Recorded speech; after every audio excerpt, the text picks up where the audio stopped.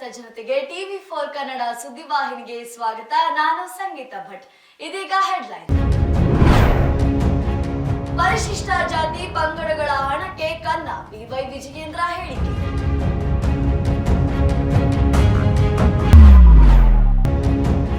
ತೆಲಂಗಾಣದಲ್ಲಿ ಕಸದಿಂದ ತುಂಬಿದ ನಕಲಿ ಕಿಂಗ್ ಫಿಶರ್ ಬಿಯರ್ ಪತ್ತೆ.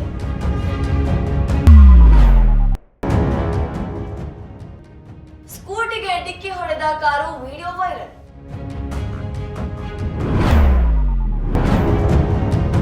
ಸಿಎಂ ರಾಜೀನಾಮೆ ಕೊಡುವವರೆಗೂ ಹೋರಾಟ ಎಂದ ಬಿಜೆಪಿ ನಾಯಕರು. ಜಿಲ್ಲಾಧಿಕಾರಿ ಕಚೇರಿಯಲ್ಲಿ ಬಿದ್ದು ಹೊರಳಾಡಿದ ರೈತ ವಿಡಿಯೋ ವೈರಲ್. ಕಸ ವಿಲೇವಾರಿ ಟೆಂಡರ್ನಲ್ಲಿ ಲಂಚ ಆರೋಪಕ್ಕೆ ಡಿಕೆ ಎದುರೇಟು. ಅಯೋಧ್ಯೆಯ ಮಂದಿರ ಸೋರುವುದು ಎನ್ನುವುದು ಸರಿಯಲ್ಲ, ಪೇಜಾವರ ಶ್ರೀಗಳು ಹೇಳಿಕೆ. ಕೇಂದ್ರ ಸರ್ಕಾರದಿಂದ ಪ್ರಜಾಪ್ರಭುತ್ವದ ಕಗ್ಗೊಲೆ. ಪರಿಶಿಷ್ಟ ಜಾತಿ ಪರಿಶಿಷ್ಟ ಪಂಗಡಗಳ ಹಣವನ್ನ ದೋಚುತ್ತಿದ್ದಾರೆ, ಕನ್ನ ಹಾಕುತ್ತಿದ್ದಾರೆ ಎಂದು ಬಿಜೆಪಿಯ ರಾಜ್ಯಾಧ್ಯಕ್ಷ ಬಿವೈ ವಿಜಯೇಂದ್ರ ಹೇಳಿಕೆಯೊಂದನ್ನ ನೀಡಿದ್ದಾರೆ. ಪರಿಶಿಷ್ಟ ಜಾತಿ ಪಂಗಡಗಳ ಹಣಕ್ಕೆ ಕನ್ನ ಹಾಕಿದ್ದು ಗೊತ್ತಾದ ತಕ್ಷಣ ಮುಖ್ಯಮಂತ್ರಿ ಸಿದ್ದರಾಮಯ್ಯ ರಾಜೀನಾಮೆ ಕೊಡಬೇಕಿತ್ತು. ದೊಡ್ಡವರು ಹೇಳಿದ್ದಕ್ಕೆ ಹಣ ದುರುಪಯೋಗ ಎಂಬ ಮಾಹಿತಿಯನ್ನು ಇಡಿ ಕಸ್ಟಡಿಯಲ್ಲಿರುವ ನಾಗೇಂದ್ರ ಹೇಳಿದ್ದಾಗಿ ಮಾಹಿತಿ ಇದೆ. ಯಾವತ್ತು ಸರ್ಕಾರ ಬೀಳುತ್ತೋ ಗೊತ್ತಿಲ್ಲ. ಇಡಿ ಕಸ್ಟಡಿಯಲ್ಲಿರುವ ನಾಗೇಂದ್ರ ಎಲ್ಲಿ ತಮ್ಮ ಹೆಸರು ಹೇಳುತ್ತಾರೋ ಎಂಬ ಭಯ ಅವರನ್ನೇ ಕಾಡುತ್ತಿದೆ ಎಂದು ಬಿಜೆಪಿ ರಾಜ್ಯಾಧ್ಯಕ್ಷ ಮತ್ತು ಶಾಸಕ ಬಿವೈ ವಿಜಯೇಂದ್ರ ಹೇಳಿದರು. ಇದೆಲ್ಲವೂ ಕೂಡ ಸ್ವಾಗತಾರ್ಹನೇ. ಆದರೆ ಎಲ್ಲೋ ಒಂದು ಕಡೆ ಈ ರಾಜ್ಯ ಸರ್ಕಾರ, ಮಾನ್ಯ ಮುಖ್ಯಮಂತ್ರಿಗಳು ತರಾತುರಿಯಲ್ಲಿ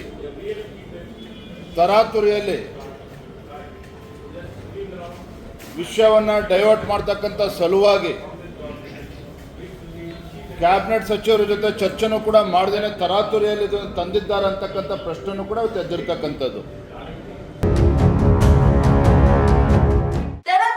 ಬಾರುವೊಂದರಲ್ಲಿ ಕಸ ತುಂಬಿದ ಕಿಂಗ್ ಫಿಶರ್ ಬಿಯರ್ ಪತ್ತೆಯಾಗಿದೆ. ತೆಲಂಗಾಣದ ಮಹಬೂಬಾಬಾದ್ ಜಿಲ್ಲೆಯ ಅನಂತರಾಮ್ ಗ್ರಾಮೀಣ ನಿವಾಸಿ ಅನಿಲ್ ವೈನ್ ಶಾಪ್ನಿಂದ 3 ಕಿಂಗ್ ಫಿಶರ್ ಬಿಯರ್ ಖರೀದಿಸಿ ಮನೆಗೆ ತೆಗೆದುಕೊಂಡು ಹೋಗಿದ್ದರು. ಬಿಯರ್ ಬಾಟಲಿಗಳನ್ನು ತೆರೆದಾಗ ಬಾಟಲಿಗಳಲ್ಲಿ ಏನೋ ಇದ್ದಂತೆ ತೋರಿತ್ತು. ಅದನ್ನು ಪರೀಕ್ಷಿಸಿದಾಗ ದುರ್ವಾಸನೆ ಮತ್ತು ಕಸ ಇರುವುದು ಕಂಡು ಬಂದಿದೆ. ತಕ್ಷಣ ಅಂಗಡಿಗೆ ಹೋಗಿ ಇದರ ಬಗ್ಗೆ ಮಾಹಿತಿ ನೀಡಿ ಅಬಕಾರಿ ಅಧಿಕಾರಿಗಳು ನಕಲಿ ಮದ್ಯದ ತಪಾಸಣೆ ನಡೆಸಬೇಕು ಎಂದು ಒತ್ತಾಯಿಸಿದರು.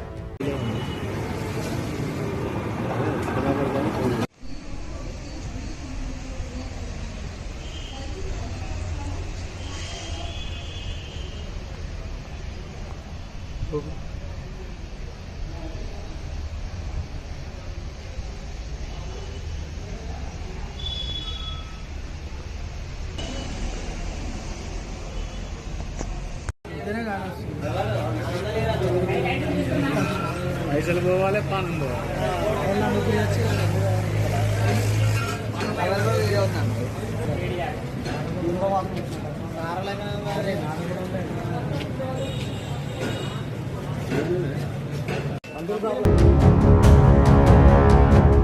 ಚೆನ್ನೈನಲ್ಲಿ ಸ್ಕೂಟಿ ಮತ್ತು ಕಾರು ಡಿಕ್ಕಿ ಹೊಡೆದ ಪರಿಣಾಮವಾಗಿ ಸ್ಕೂಟರ್ನಲ್ಲಿ ಇದ್ದಂತಹ ಮಹಿಳೆಯನ್ನು ಚಿಕಿತ್ಸೆಗಾಗಿ ಆಸ್ಪತ್ರೆಗೆ ದಾಖಲು ಮಾಡಲಾಗಿದೆ. ಪೋರೂರು ಮಹಿಳಾ ಪಿಎಸ್ನಲ್ಲಿ ಕಾನ್ಸ್ಟೇಬಲ್ ಆಗಿ ಕೆಲಸ ಮಾಡುತ್ತಿರುವ ಪವಿತ್ರ ಅವರು ಕರ್ತವ್ಯ ಮುಗಿಸಿ ಸ್ಕೂಟಿಯಲ್ಲಿ ಮನೆಗೆ ತೆರಳುತ್ತಿದ್ದಾಗ ಕಾರು ಡಿಕ್ಕಿ ಹೊಡೆದಿದೆ. ಸ್ಕೂಟಿಯ ಹಿಂಬದಿ ಇದ್ದ ಮತ್ತೊಂದು ಕಾರಿಗೆ ಮತ್ತು ಗ್ಯಾಸ್ ಸಿಲಿಂಡರ್ ಲೋಡ್ ಮಾಡಿದ ಟೆಂಪೋಗೆ ಕಾರು ಡಿಕ್ಕಿ ಹೊಡೆದಿದೆ. ಪವಿತ್ರ ಅವರನ್ನು ಆಸ್ಪತ್ರೆಗೆ ದಾಖಲಿಸಲಾಗಿದ್ದು ಚಿಕಿತ್ಸೆ ಪಡೆಯುತ್ತಿದ್ದಾರೆ. ಸದ್ಯ ಈ ವಿಡಿಯೋ ಸಾಮಾಜಿಕ ಜಾಲತಾಣದಲ್ಲಿ ವೈರಲ್ ಆಗ್ತಾ ಇದೆ. ಸಿಎಂ ಸಿದ್ದರಾಮಯ್ಯ ರಾಜೀನಾಮೆ ನೀಡುವವರೆಗೂ ಹೋರಾಟ ನಡೆಸುತ್ತೇವೆ ಎಂದು ಬಿಜೆಪಿಯ ನಾಯಕರು ಮಾಧ್ಯಮದವರ ಮುಂದೆ ಹೇಳಿಕೆಯೊಂದನ್ನ ನೀಡಿದ್ದಾರೆ. ಪರಿಶಿಷ್ಟ ಜಾತಿ ಪಂಗಡಗಳ ಹಣಕ್ಕೆ ಕನ್ನ ಹಾಕಿದ್ದು ಗೊತ್ತಾದ ತಕ್ಷಣ ಮುಖ್ಯಮಂತ್ರಿಯವರು ರಾಜೀನಾಮೆ ಕೊಡಬೇಕಿತ್ತು ಎಂದು ಬಿಜೆಪಿ ರಾಜ್ಯಾಧ್ಯಕ್ಷ ಮತ್ತು ಶಾಸಕ ಬಿವೈ ವಿಜಯೇಂದ್ರ ಅವರು ತಿಳಿಸಿದರು. ಬಿಜೆಪಿ ರಾಜ್ಯಾಧ್ಯಕ್ಷ ಬಿವೈ ವಿಜಯೇಂದ್ರ ಹಾಗೂ ವಿರೋಧ ಪಕ್ಷದ ನಾಯಕ ಆರ್ ಅಶೋಕ್ ಅವರ ನೇತೃತ್ವದಲ್ಲಿ ನಿನ್ನೆ ಸ್ವಾತಂತ್ರ್ಯ ಉದ್ಯಾನವನದ ಬಳಿ ಬೃಹತ್ ಪ್ರತಿಭಟನೆಯನ್ನು ಹಮ್ಮಿಕೊಳ್ಳಲಾಗಿದೆ. ಮತ್ತಷ್ಟು ಸುದ್ದಿಗಳನ್ನ ವೀಕ್ಷಿಸೋಣ ಸಣ್ಣದೊಂದು ವಿರಾಮದ ನಂತರ.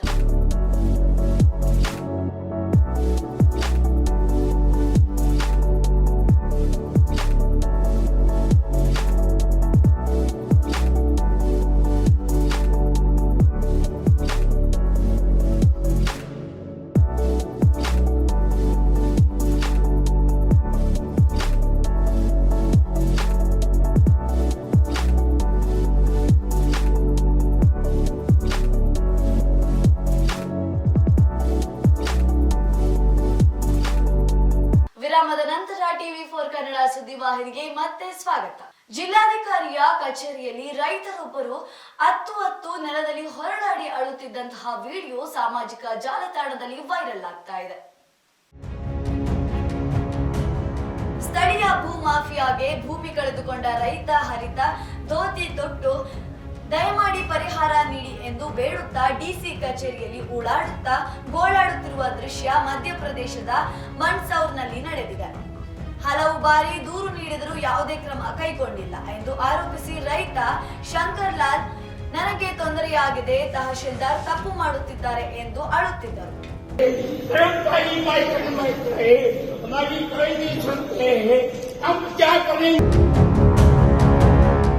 ಕಸ ವಿಲೇವಾರಿ ಟೆಂಡರ್ನಲ್ಲಿ ಲಂಚ ಆರೋಪಕ್ಕೆ ಸಂಬಂಧಪಟ್ಟಂತೆ ಉಪಮುಖ್ಯಮಂತ್ರಿ ಡಿಕೆ ಶಿವಕುಮಾರ್ ತಿರುಗೇಟು ನೀಡಿದ್ದಾರೆ.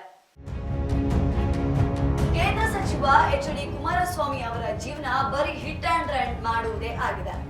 ಕಸ ವಿಲೇವಾರಿ ಟೆಂಡರ್ ವಿಚಾರವಾಗಿ ಅವರು ಬೀದಿಯಲ್ಲಿ ಮಾತನಾಡುವ ಬದಲು ಮಾಧ್ಯಮಗಳಲ್ಲಿ ಚರ್ಚೆ ಮಾಡಲಿ ಅಥವಾ ಅವರ ಶಾಸಕರಿಂದ ಸದನದಲ್ಲಿ ಚರ್ಚೆ ಮಾಡಿಸಲಿ ಎಂದು ಉಪಮುಖ್ಯಮಂತ್ರಿ ಡಿಕೆ ಶಿವಕುಮಾರ್ ಸವಾಲು ಹಾಕಿದ್ದಾರೆ. ಕುಮಾರಸ್ವಾಮಿ ಹತಾಶೆಯಲ್ಲಿದ್ದಾರೆ. 15,000 ಕೋಟಿ ರು ಲಂಚದ ವಿಚಾರವಾಗಿ ಬಹಿರಂಗ ಚರ್ಚೆ ಬರಲಿ, ಅವರಂತೆ ನಾನು ಹಿಟ್ ಅಂಡ್ ರನ್ ಮಾಡುವುದಿಲ್ಲ ಸರ್. ಕಸದ ಟೆಂಡರ್ನಲ್ಲಿ 15,000 ಕೋಟಿ ಕಿಕ್ ಬ್ಯಾಕ್ ಪಡ್ಕೊಂಡಿದ್ದಾರಂತ ಎಚ್.ಡಿ. ಕುಮಾರಸ್ವಾಮಿ ಅವರು ಕಸದ ಟೆಂಡರ್ ಕೊಡೋ ವಿಚಾರವಾಗಿ ಹೊಸ ಕಸದ ಟೆಂಡರ್ನಲ್ಲಿ ಕುಮಾರಸ್ವಾಮಿ ಇದನ್ನ ಫ್ರಸ್ಟ್ರೇಷನ್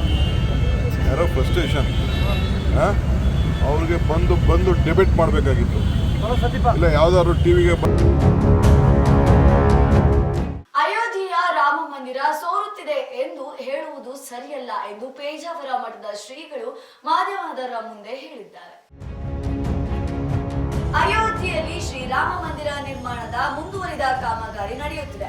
ಮೊದಲು ಮಂದಿರದ ಕಾಮಗಾರಿ ಪೂರ್ಣಗೊಳ್ಳಬೇಕು, ಆ ಬಳಿಕ ಮತ್ತಷ್ಟು ಯೋಜನೆ ಕೈಗೆತ್ತಿಕೊಳ್ಳಲಾಗುವುದು ಎಂದು ಉಡುಪಿಯ ಪೇಜಾವರ ಮಠದ ಶ್ರೀ ವಿಶ್ವಪ್ರಸನ್ನ ತೀರ್ಥ ಸ್ವಾಮೀಜಿ ಹೇಳಿದರು. ಮಂಗಳೂರಿನಲ್ಲಿ ಮಾತನಾಡಿದ ಅವರು, ದೇವಸ್ಥಾನದ ಕಾಮಗಾರಿ ಇನ್ನೂ ಪೂರ್ತಿಯಾಗಿಲ್ಲ. ಗರ್ಭಗುಡಿಯಲ್ಲಿ ಸೋರಿಕೆ ಎನ್ನುವುದು ಸರಿಯಲ್ಲ. ಅದರ ಮೇಲಿನ ಮಹಡಿ ಕೆಲಸ ಪೂರ್ಣಗೊಂಡಾಗ ಈ ಸಮಸ್ಯೆ ಇತ್ಯರ್ಥವಾಗಲಿದೆ ಎಂದರು. ಮುಂದುವರಿದ ಭಾಗ ಅದು ನಡೀತಲೇ ಇದೆ. 2 ದಿವಸದ 4-5 ದಿವಸದ ಹಿಂದೆ ನಾವು ಹೋಗಿ ಬಂದಿದ್ದೇವೆ. ಕಾರ್ಯಕ್ರಮದಲ್ಲಿ ಪುನಃ ನಡೀತಾ ಇದೆ. ಈಗ ಒಂದು ಜಾಗವನ್ನು ನಾವು ಖರೀದಿಸಿದ್ದೇವೆ. ಇನ್ನೀಗ ಮುಂದಿನ ದಿವಸದಲ್ಲಿ ಅಲ್ಲಿ ಯಾತ್ರಾರ್ಥಿಗಳಿಗೆ ಉಳ್ಕೊಳ್ಳಿಕ್ಕೆ ಅನುಕೂಲವಾಗುವಂತೆ ಯಾತ್ರಿ ಭವನ ನಿರ್ಮಾಣ ಆಗಬೇಕಾಗಿದೆ. ಸಮಾಜದ ಎಲ್ಲರ ಸಹಕಾರವನ್ನು ನಾವು ಅಪೇಕ್ಷಿಸ್ತಾ ಇದ್ದೇವೆ. ಈಗ ಕಾಮಗಾರಿ ಏಕಾಏಕಿ ಆಗಿದೆ, ಅದು ಸೋರಿಗೆ ಅಲ್ಲ. ಈಗ ನೋಡಿ, ಕಾಮಗಾರಿ ಪೂರ್ಣಗೊಂಡಿಲ್ಲ. ಹಾಗಾಗಿ ಮಳೆಗಾಲದ ಹಂತದಲ್ಲಿ ಕೇಂದ್ರ ಸರ್ಕಾರದಿಂದ ಪ್ರಜಾಪ್ರಭುತ್ವದ ಕಗ್ಗೊಲೆ ನಡೆಯುತ್ತಿದೆ ಎಂದು ದಿನೇಶ್ ಗುಂಡೂರಾವ್ ಹೇಳಿಕೆಯೊಂದನ್ನ ನೀಡಿದ್ದಾರೆ.